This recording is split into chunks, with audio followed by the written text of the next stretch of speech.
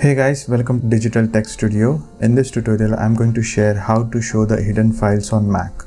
So right now I have this Mac open and here you can see there are no hidden files right now appearing, and I am on my Mac OS system. So in order to show the hidden files, what you can do is you can press the shortcut key, which is Shift Command period, and it will display you the hidden files. So you can see these are all the hidden files that are currently slightly grayed out compared to the open files.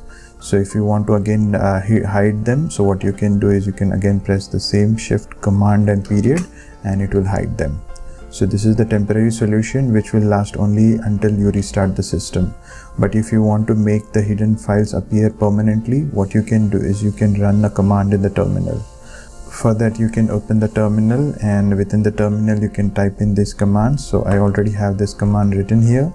So I will just copy it, Ctrl C, and I will just paste it, and I will show you the screen here. So I will just paste it and I will just hit on a return button, and once it is done I will paste the second, which will kill the Finder, and then hit enter, and you can see the Finder has opened and you can see this hidden files. So this is the permanent. Even after you restart the system, you would be able to still see this hidden folders and files.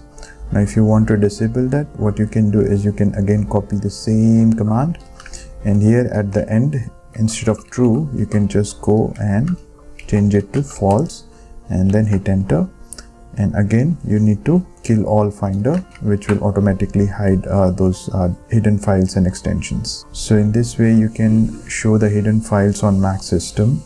I hope you find this video helpful. Please hit the like button and subscribe if you haven't already. Thank you for watching. See you in the next one.